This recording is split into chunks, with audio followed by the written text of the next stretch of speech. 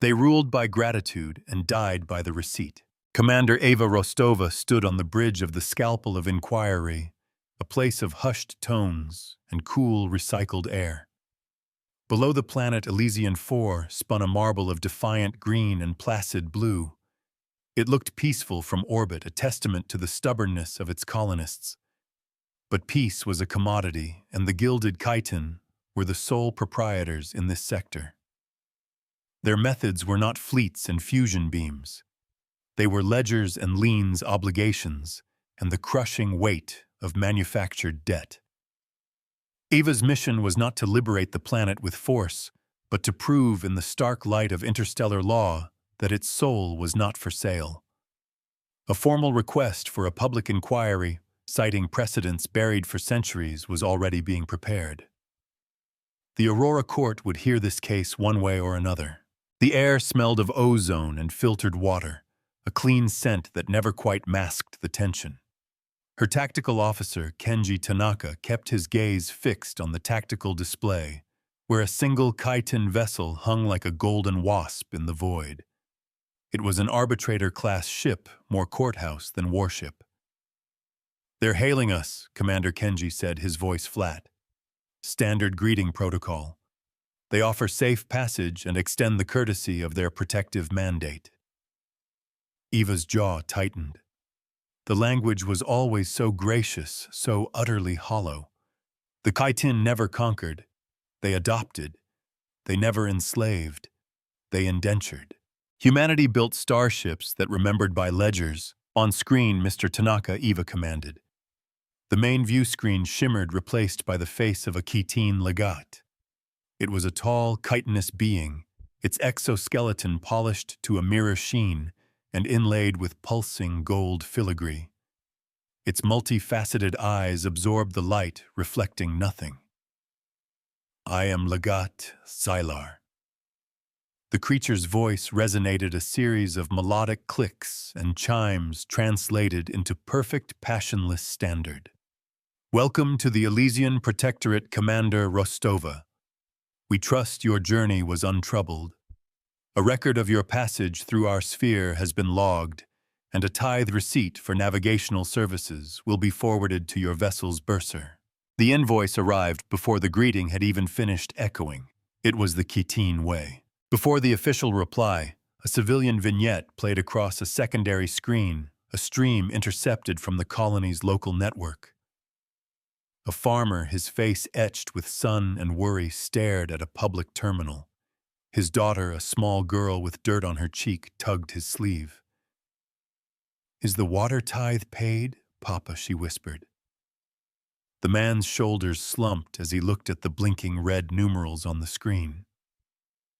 "Not yet, sweet pea," he murmured, his voice thick with a quiet shame. "The gratitude tax on last season's yield was higher than we expected." The child's face fell, understanding a burden she was too young to carry. Eva's gaze hardened. She turned to her AI. "Archimedes, what's your assessment of their legal footing?" The AI's synthesized voice, calm and measured, filled the bridge from hidden emitters. "Commander, their position is predicated on the doctrine of gratitude. They provide services, defense, orbital maintenance, atmospheric processing, and levy a tithe in return. The colonists agreed to these terms 73 standard years ago, when their initial settlement was failing. The agreement is by all archaic measures binding." Eva felt a familiar anger rise, hot and sharp. It was the anger of a rescuer watching a loan shark bill a drowning man for the use of a rope. This was not justice. It was predatory accounting. The agreement was signed under duress. Eva stated, her voice low. The colony was on the brink of collapse. Archimedes processed this. "Duress is historically difficult to prove, Commander. The chitin archives show they provided legitimate aid. Their ledgers are immaculate.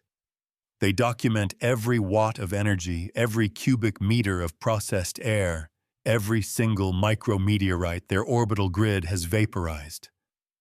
The AI's logic was a cold, hard wall. But Eva knew that human justice was not always found in the numbers. Sometimes it was found in the spaces between them. The debt was a collar forged link by link. "They're strangling them with kindness," Kenji muttered, watching the Kaitin vessel.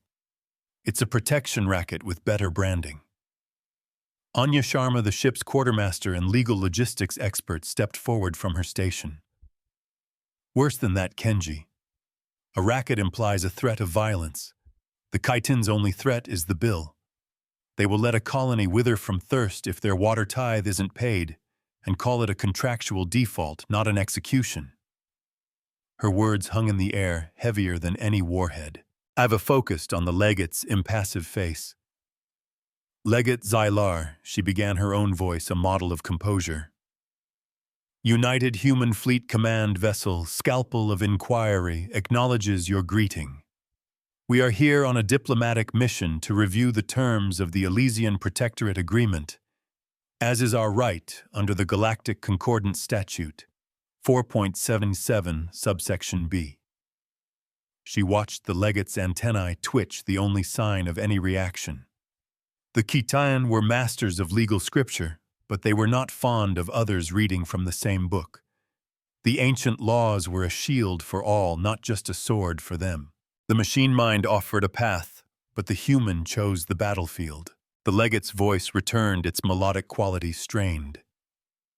"An interesting citation, Commander. That statute has not been invoked in centuries. It is considered obsolete by most established polities." Eva allowed herself a small, cold smile. "Obsolete is a matter of opinion, Legate.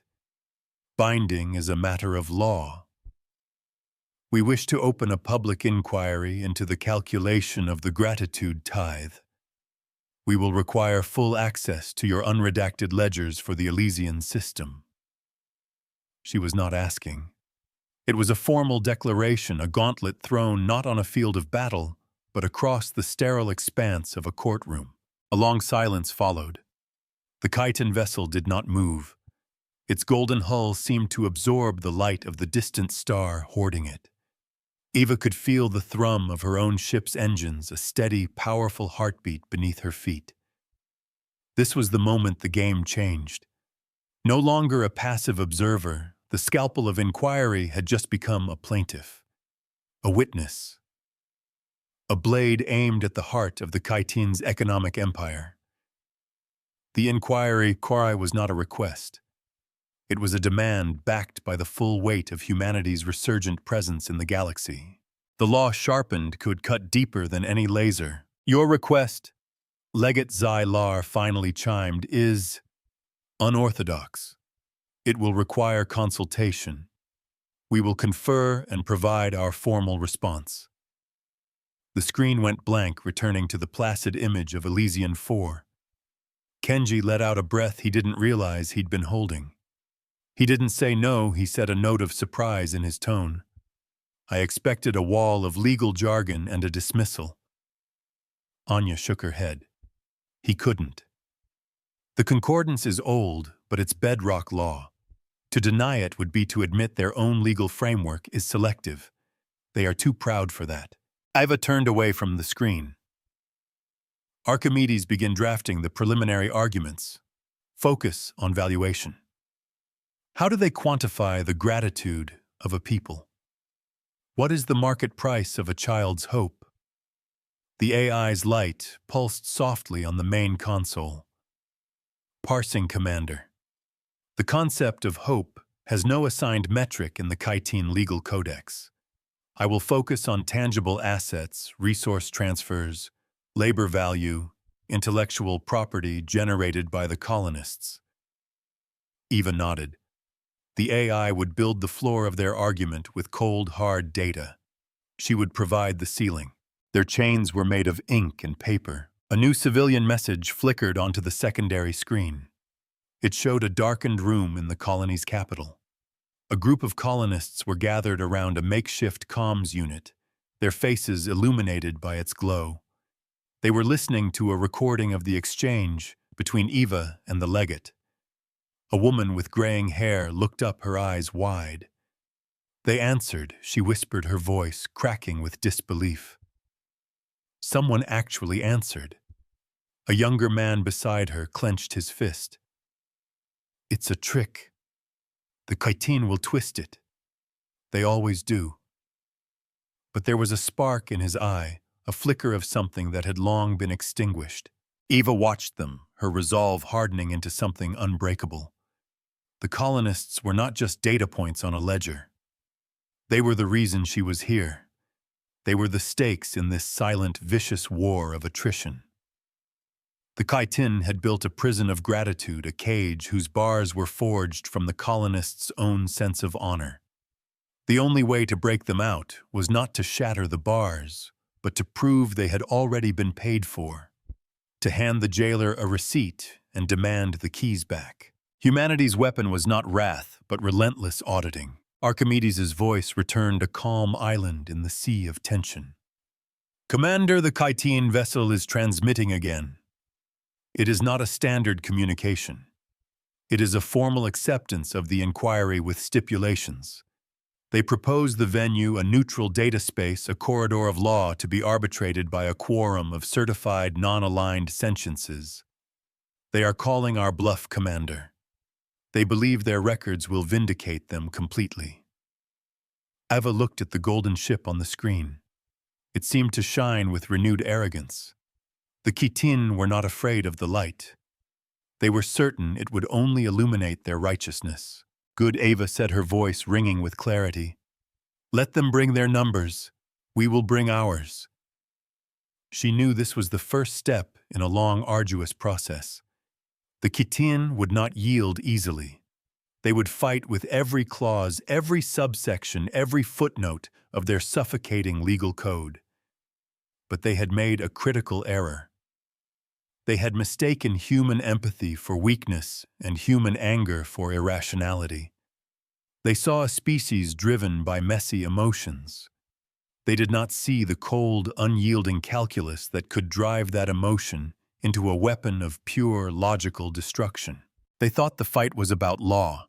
It was about meaning. The corridor of law was a strange and sterile place.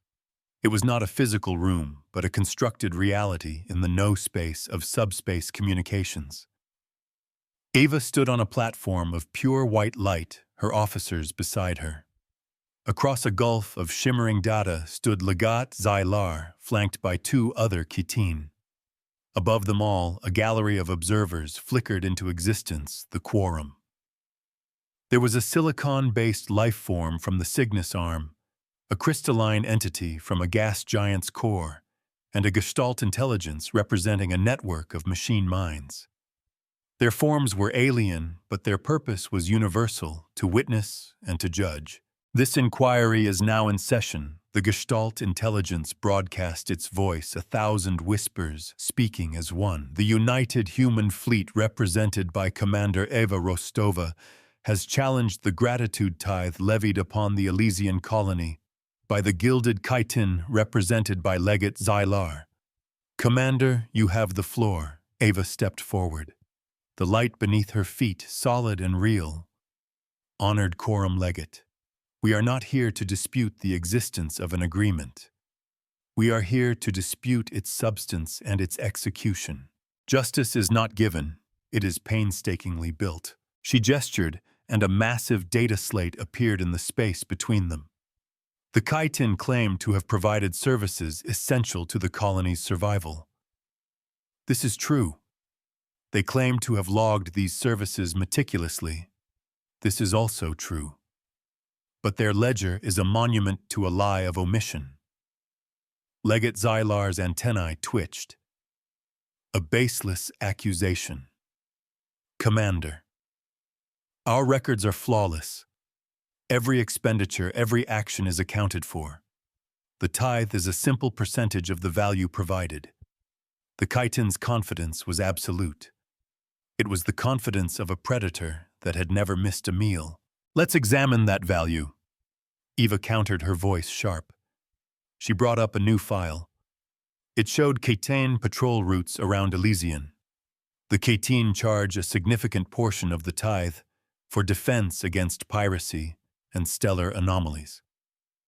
Yet, in the 73 years of their protectorate, There has not been a single verified pirate attack in this sector. She paused, letting the statement hang in the non-air. There have been, however, 112 pirate warnings, each one resulting in an automatic increase in the defense tithe. The ledger tells the truth, but not the whole story. HFY made a series of clicking noises, the chitin equivalent of a dismissive scoff. Precaution is not a crime, Commander. Our vigilance is what has kept this sector safe. The absence of attacks is proof of our effectiveness. The colonists pay for security, and they receive it. The correlation is direct. It was a circular argument, a snake eating its own tail, but it was legally sound. Ava had expected it. Now she would begin to unravel it. This fleet teaches by numbers, and it remembers by ledgers, never by collars. Let's look closer at one of these warnings, Eva said, isolating a single incident from 5 years prior. On Cycle 345, chitin long-range sensors detected a pirate vessel on an intercept course with Elysian. The defense tithe was raised by 12%. The threat was neutralized. A success, it would seem. She then overlaid a second dataset sourced from the Independent Shipping Guild's traffic logs. Except the pirate vessel was a decommissioned freighter the Stardust Drifter sold for scrap 2 years earlier. Its transponder was broadcasting a pirate signature, but its trajectory was taking it away from the planet, not toward it. A lie repeated often enough becomes a balance sheet. The air in the virtual courtroom grew heavy. The crystalline entity shimmered, a sign of intense focus. Furthermore, Eva pressed on her voice like ice the energy signature of the transponder activation signal. It matches the unique frequency of a standard chitin orbital buoy. She fixed her eyes on Xylar. You did not warn them of a threat, Legate.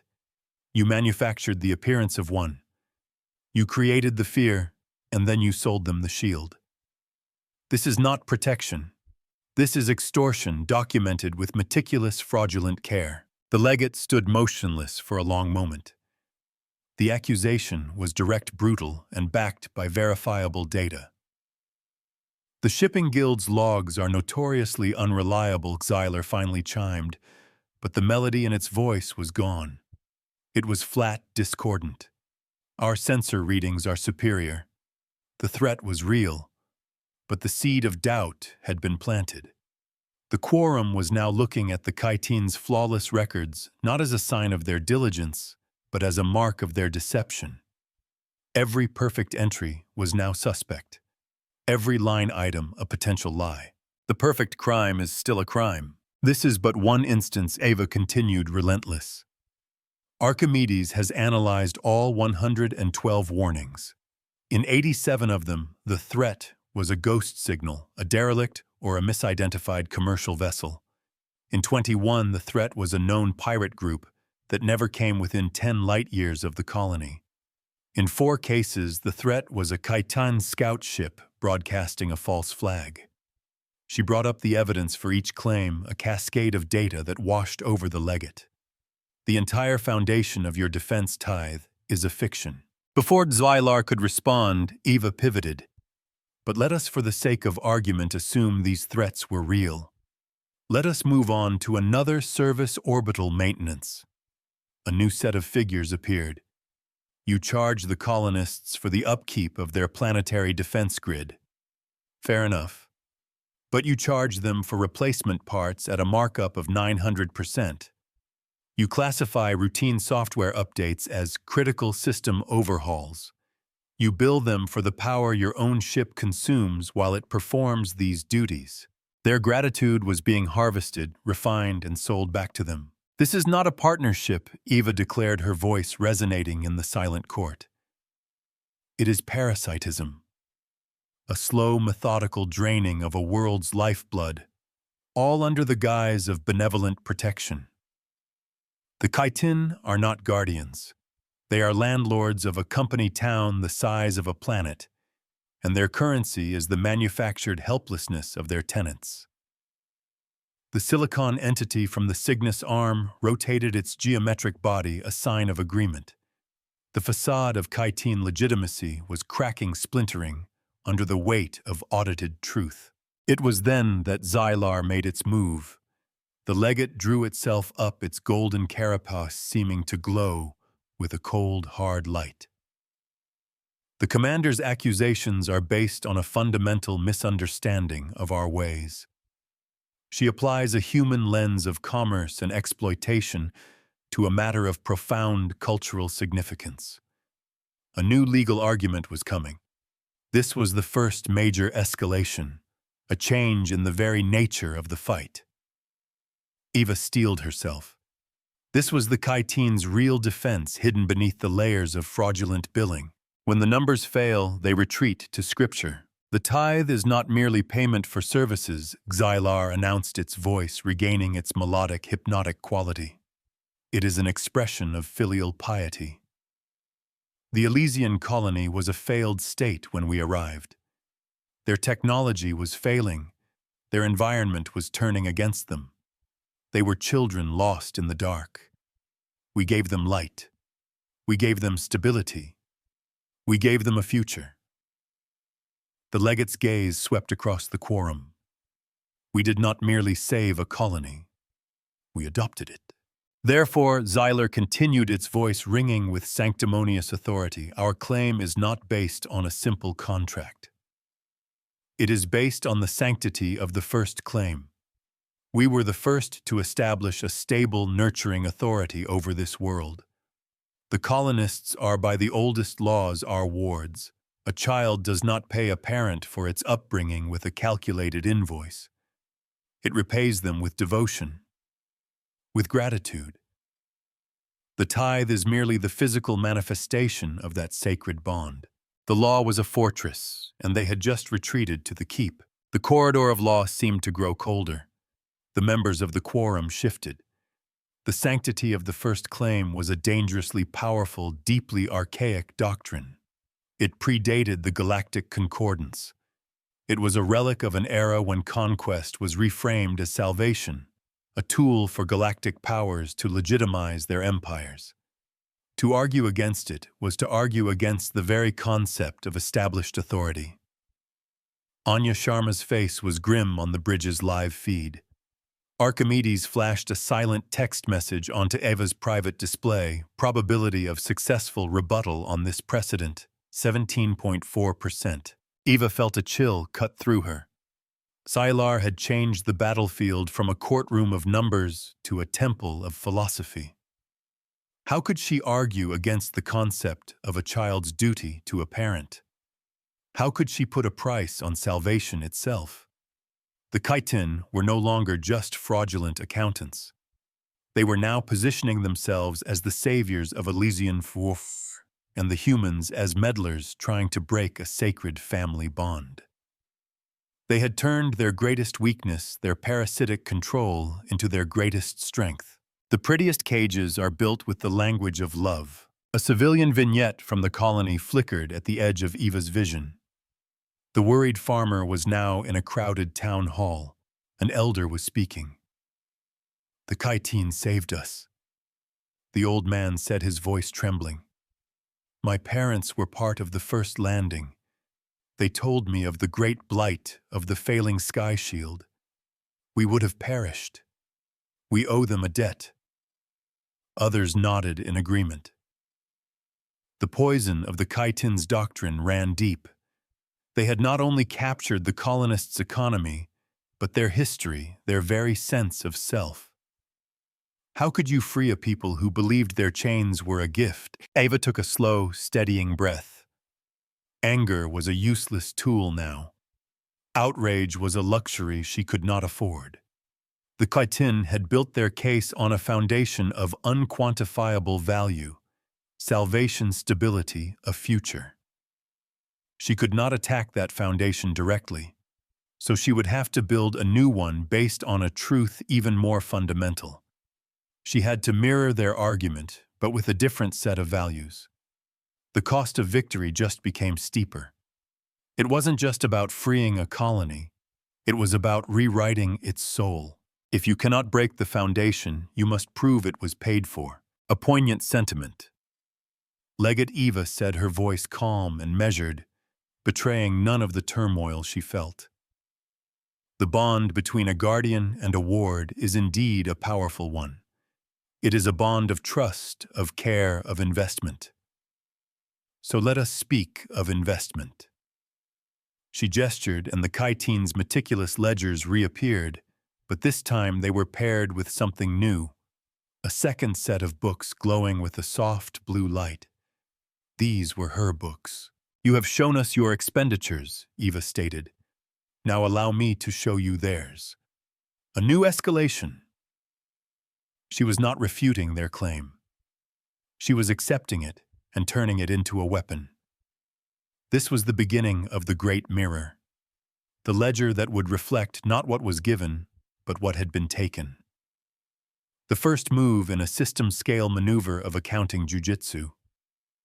The path was uncertain, the odds were long, but for the first time in the proceedings, Eva felt the stirrings of something cold and sharp and distinctly human, righteous, calculated spite. They had come to collect a debt. She was about to foreclose on theirs. The Kaitin speak of their initial investment. Eva began, her voice gaining strength as the new strategy solidified in her mind. They list the technology, the resources, the energy they expended to stabilize Elysian 4. It is an impressive list, but it is incomplete. It lists only one side of the transaction. She turned to face the quorum, her gaze sweeping over the alien observers. A guardian provides, but a ward also contributes. A ward grows. A ward creates. A ward generates value far beyond its own sustenance. The blue ledgers began to populate with data. For 73 years, the colonists of Elysian have been more than just passive recipients of aid. They have been innovators. They developed blight-resistant crops, a strain of wheat that is now a staple in 3 neighboring sectors. The Kitin facilitated the trade, of course, and they took a 95% tithe for their troubles. A murmur, a subtle shift of energy passed through the quorum. This was new information. The fruits of labor belong to the laborer. Eva pressed her advantage. The colonists engineered a low-energy atmospheric water reclamation system, a revolutionary design. The patent was filed under a Kaitin corporate entity. The royalties from that patent have exceeded the entire operational cost of the Elysian Protectorate tenfold. The colonists have seen none of it. It was simply absorbed as part of their gratitude. She pointed at Xylar. This is not a child's allowance. This is theft. Grand theft on a planetary scale, hidden behind the veil of parental care. The legate's composure finally cracked. A series of harsh, grating clicks escaped its translator. Intellectual property generated under our guidance is a product of our investment. Their minds were nourished by the stability we provided. Their innovations are a direct result of our benevolent stewardship. The fruit belongs to the tree that planted the seed. It was a desperate, arrogant argument, and Eva knew it. The Kaitin's carefully constructed image of a gentle parent was being replaced by that of a grasping, greedy master. A guardian does not steal the dreams of its children. "Let's move beyond patents and crops," Eva said, her voice dropping, drawing the observers closer. "Let's talk about people." The blue ledger shifted, displaying population statistics, but arranged in a new way.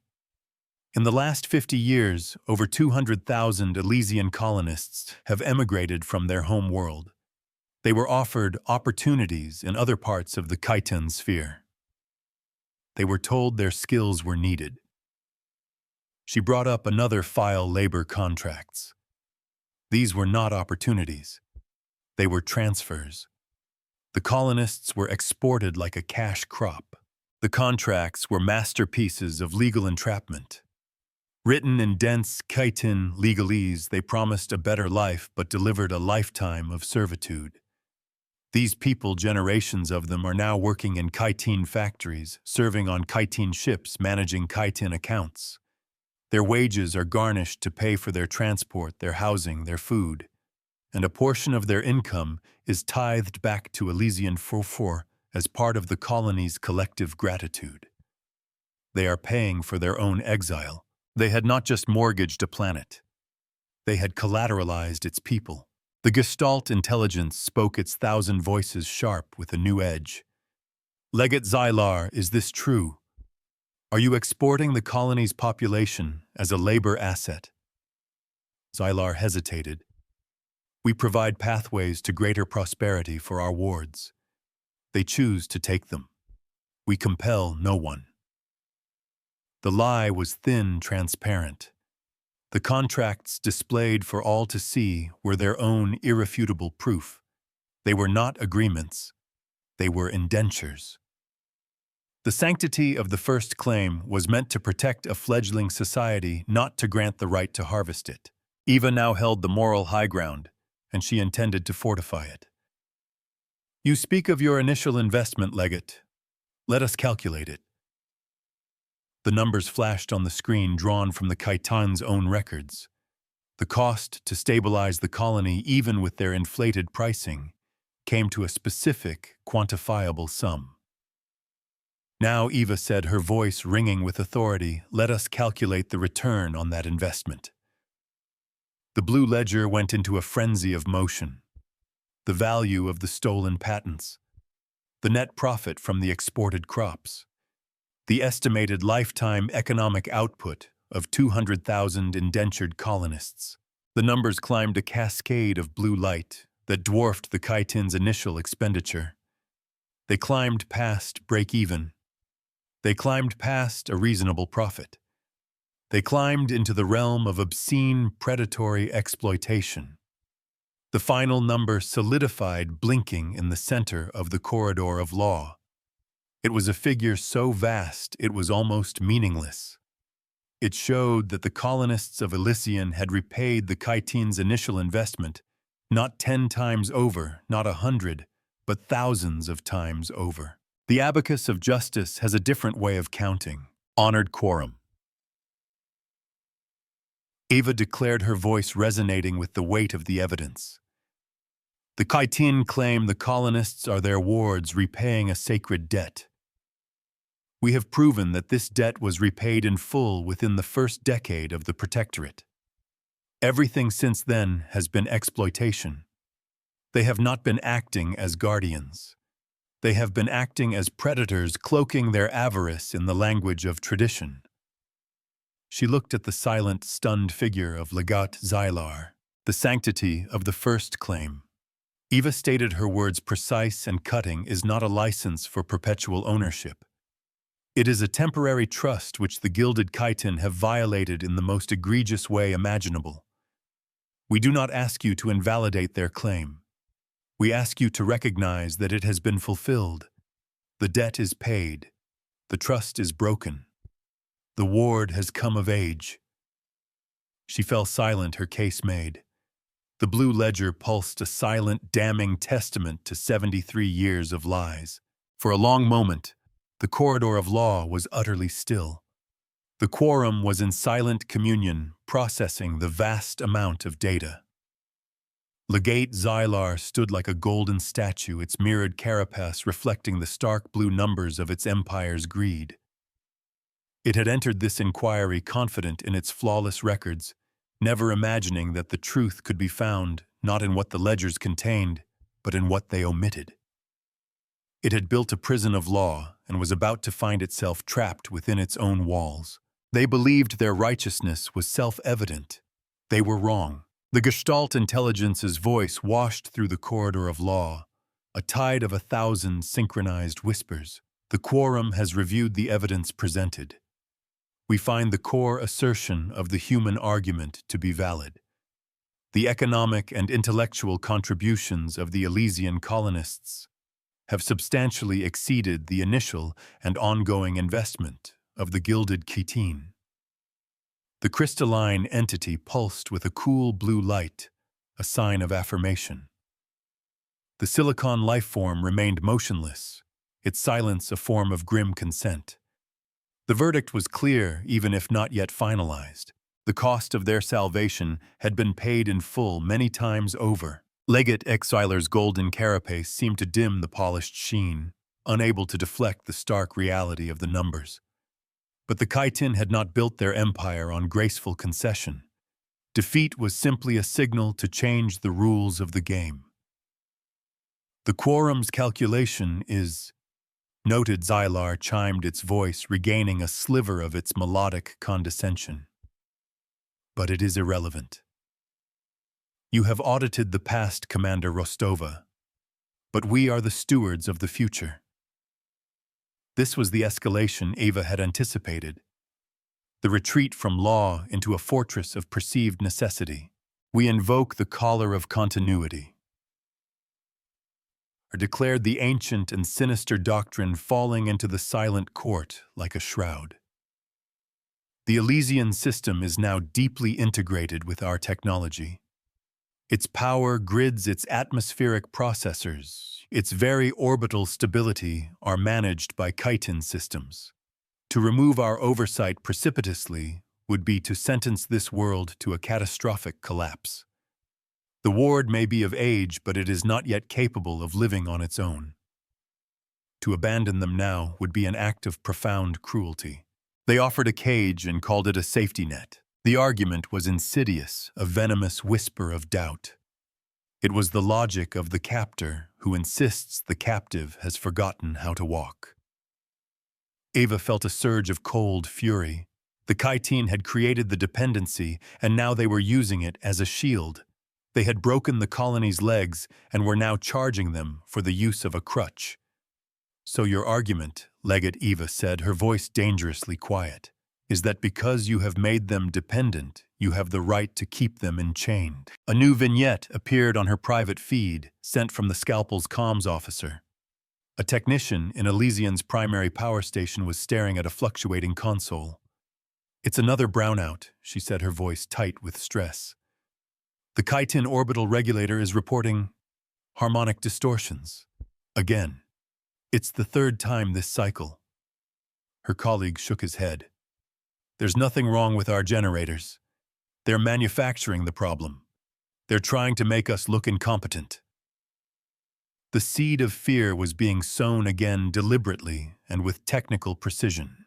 Their control was a self-fulfilling prophecy. It is not a matter of rights, but of responsibility, Xylar countered smoothly. We are responsible for the well-being of the Elysian people. We will not allow human interference to jeopardize that. Our systems will remain online. Our mandate will continue. The message was clear. The court's opinion was irrelevant. The Khitan would not leave. The corridor of law dissolved, the quorum's avatars fading back into the void. The inquiry was over, but the standoff had just begun. Ava found herself back on the bridge of the Scalpel, the image of the golden Khitan vessel once again dominating the main view screen. It hung there, a silent, arrogant declaration of ownership. Kenji Tanaka slammed his fist softly on his console. They just ignored the verdict. They're daring us to do something about it. They know we can't open fire without being branded the aggressors. Anya Sharma was already scanning galactic legal precedents. The collar of continuity has only been successfully invoked 3 times, and always in cases of pre-sentient species. To apply it to a human colony is an obscene legal stretch. They're betting that the bureaucracy to challenge it will take decades. Justice delayed is an invoice allowed to accumulate interest. Ava stared at the enemy ship, her mind racing. The Khitan weapon was the ledger. Their shield was the law. A direct assault was impossible. A legal appeal was too slow. She needed a new weapon, one that operated in the same space as the enemy. A weapon that was both a tool of law and a declaration of war. A weapon of mirror justice but enacted in real time. She turned to the calm, pulsating light of the ship's AI. Archimedes, she said, her voice low and intense. The legate says the colonists are dependent on their systems. I want to prove them wrong. The AI's voice was as always a model of serenity. The most direct method would be to sever their control systems and provide the colonists with independent administrative access. However, this carries a 42.8% risk of critical system failure and could be interpreted as a hostile act. Eva shook her head. No, we won't cut them off. We're going to do something far more insulting. We are going to help them. A ghost of a smile touched her lips. We are going to take over their billing department. The most painful blow is the one struck with your enemy's own weapon. Anya and Kenji looked at her confused. Commander Anya asked. Eva's smile widened.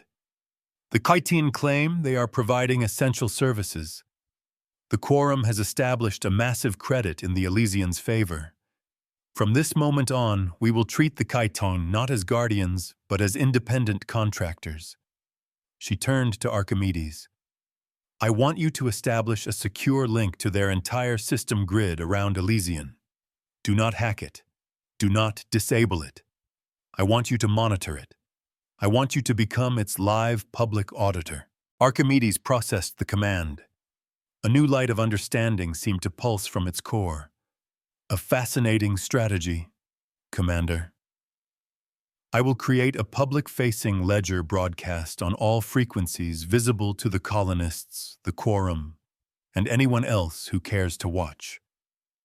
For every watt of power the Kaitin regulate, for every liter of water they purify, I will log it as a service rendered. The AI paused.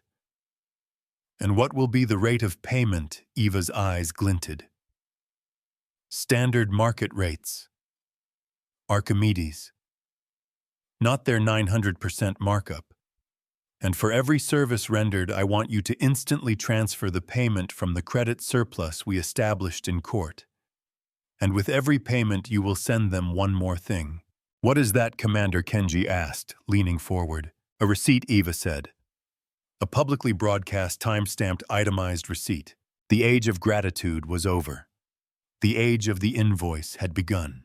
The first transaction was almost comical in its mundanity. The Kaitin ship's orbital grid vaporized a small piece of space debris, a routine action they performed a dozen times a day. For 73 years, this action had been logged as part of the nebulous defense tithe. This time, something new happened.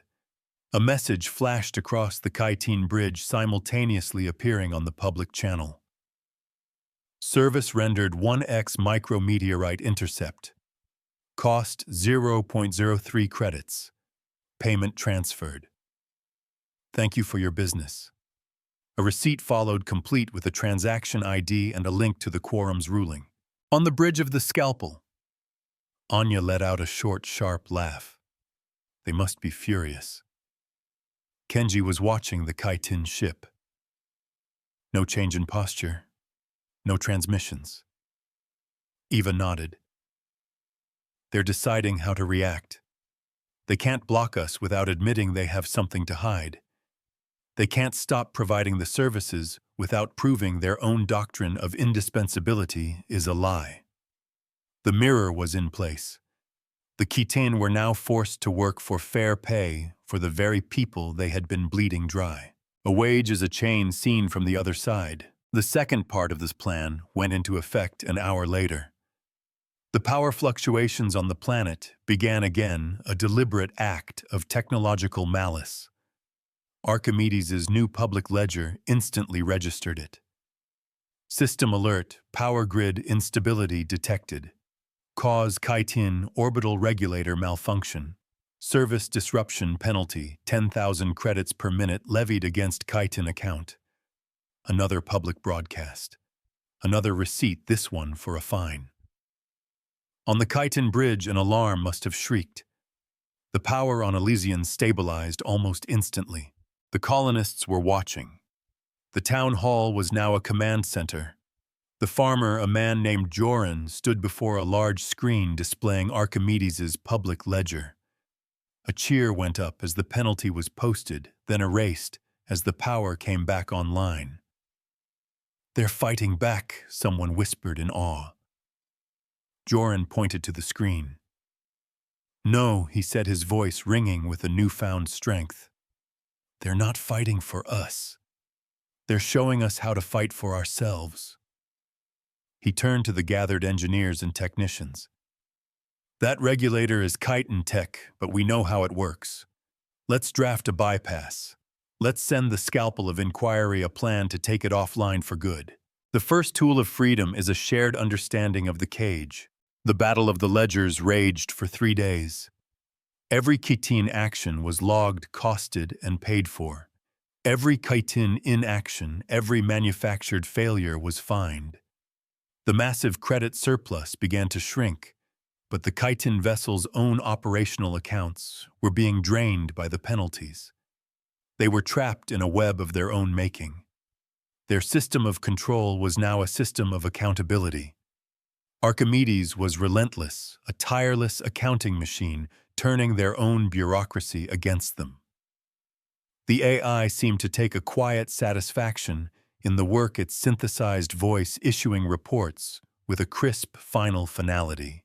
It was on the 4th day that the chitin escalated for the final time. Legate Xylar appeared on the main screen, bypassing all standard protocols. Its golden carapace was unpolished, its movements sharp and agitated.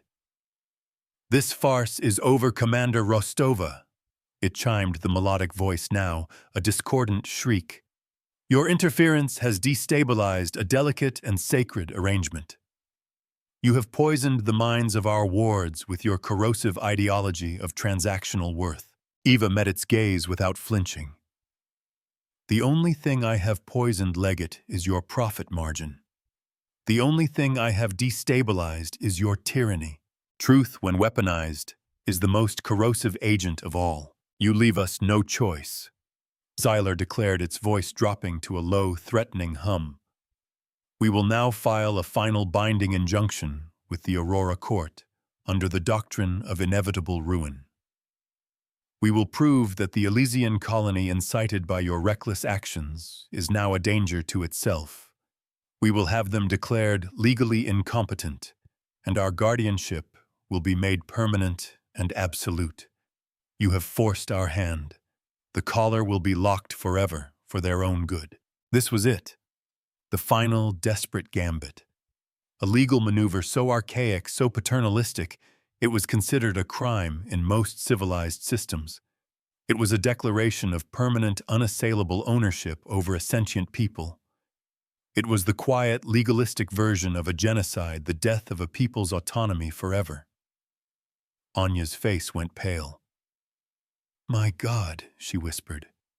"They're actually going to do it. They're going to argue in open court that humanity is incapable of self-determination. The final lie is that freedom itself is dangerous." "Let them," Eva said, her voice a cold, hard line in the tense silence of the bridge. "Let them say it out loud for the entire galaxy to hear." She turned to her comms officer.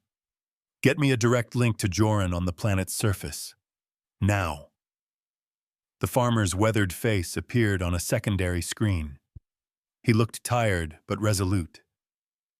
"Commander," he said, his voice steady, "Joran Eva said the chitin are about to make their last move. They are going to tell the galaxy that you are children, that you are incapable of managing your own world. They are going to use their control of your core systems as proof." She paused, locking eyes with the colonist. "I think it's time you showed them what free people can do." Joran's eyes widened slightly as he understood. A slow, determined smile spread across his face. "We're ready, Commander. Just give the word. The greatest strength of a people is the will to write their own story." Eva turned back to the main view screen where the golden chitin vessel waited. "Archimedes," she commanded. "The colonists are about to perform a full system bypass of the chitin orbital grid. They are taking local control. Your job is to mirror their actions. For every system they reclaim, I want you to issue a final invoice to the chitin for the return of stolen property." The AI's light glowed brightly. "A pleasure, Commander. The final accounting is prepared." On Elysian 4, something incredible began to happen. Guided by Joran and his team, colonists all over the planet began to move. They were not soldiers, but they were engineers, farmers, doctors, teachers. They swarmed their own power stations, their water purification plants, their communication hubs. Using the plans they had developed, they began to physically disconnect the chitin's tendrils of control. It was messy, dangerous work. Alarms blared, lights flickered. But for every system that briefly went dark, it came back online moments later under a new local authority. A planet was declaring its independence one breaker switch at a time. On the public ledger, Archimedes worked with brutal efficiency. Invoice 1X Planetary Power Grid. Return of asset. Value 8 trillion credits. Invoice 1X Atmospheric Processing Network. Return of asset. Value 12 trillion credits. The numbers were staggering, symbolic, yet legally binding. The liens against the chitin vessel mounted a mountain of debt that dwarfed their entire corporate worth. They were not just losing control, they were being rendered bankrupt in real time.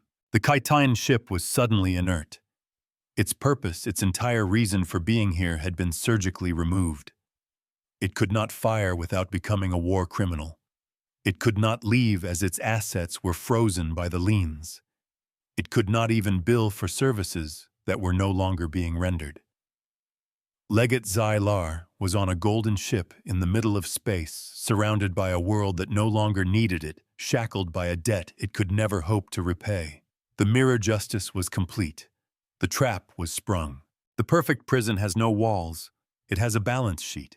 The quorum reconvened, not in a corridor of law, but in an emergency session broadcast across the galaxy. The chitin's desperate filing of the doctrine of inevitable ruin was laid bare. It was juxtaposed with live feeds from Elysian 4, showing a determined, capable people peacefully reclaiming their own infrastructure. The argument collapsed before it was even made. The chitin's claim that the colonists were incompetent was disproven by the colonists themselves. The final verdict was swift and unanimous. The doctrine of gratitude and the collar of continuity were declared illegal predatory practices when applied to sentient warp-capable species. The gilded chitin's protectorate over Elysian 4 was nullified. All their assets in the sector were forfeit as partial payment for the damages levied. A precedent was set that would echo through the courts of the galaxy for centuries. It would be known as the Rostova precedent, that freedom could not be collateralized and that the debt of gratitude could never be made infinite. Victory was not a single explosive moment, but a quiet, irrefutable change in the order of things. But victory had its costs. Eva knew that by forcing this ancient law into the light, humanity had made powerful enemies.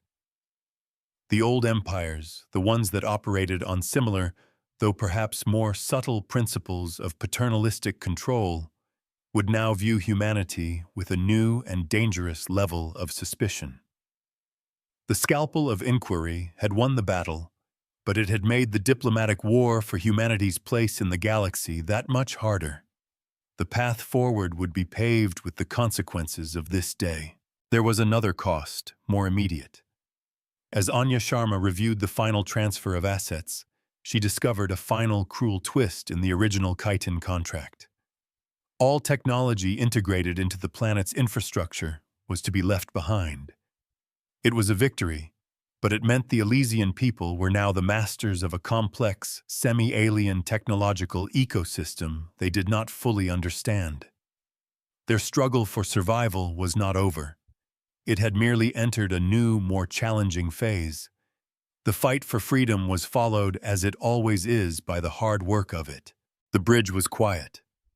The golden chitin vessel, now stripped of its authority and wealth, transmitted a single humiliating request. It was low on fuel and energy reserves, its accounts frozen. It was requesting aid from Elysian 4 to achieve a stable orbit until it could be towed away. Eva watched as Joran's face appeared on the planetary comm channel. He looked at the chitin request. He conferred with the other colonists. Then he transmitted the reply. Aid will be granted. Joran's voice announced calm and clear. A vessel with the requested energy is being dispatched. He paused, and a small, hard smile touched his lips. A receipt for services rendered will be forwarded to your bursar. The mirror was perfect. The lesson had been learned, and now it was being taught. The cycle was closed. Iva watched the small colonial tanker move to assist the crippled Kytine ship, a minnow helping a dying shark. On a side console, the public Galactic ledger blinked, updating with the new ruling. The entry for predatory legal doctrines now cited Rostova as gilded Kytin. The word confirmed glowed in a soft, steady blue. This is what justice looked like. It was not a thunderous explosion or a vengeful blow. It was the quiet, relentless, inescapable logic of the receipt. It was the weight of one's own actions mirrored and returned in full. The Kytine had built an empire on the unquantifiable nature of gratitude. They were defeated by the simple, undeniable math of a balanced book. They had ruled by the ledger, and they had died by it, their entire philosophy undone by a single final invoice. They forgot that humanity counts everything,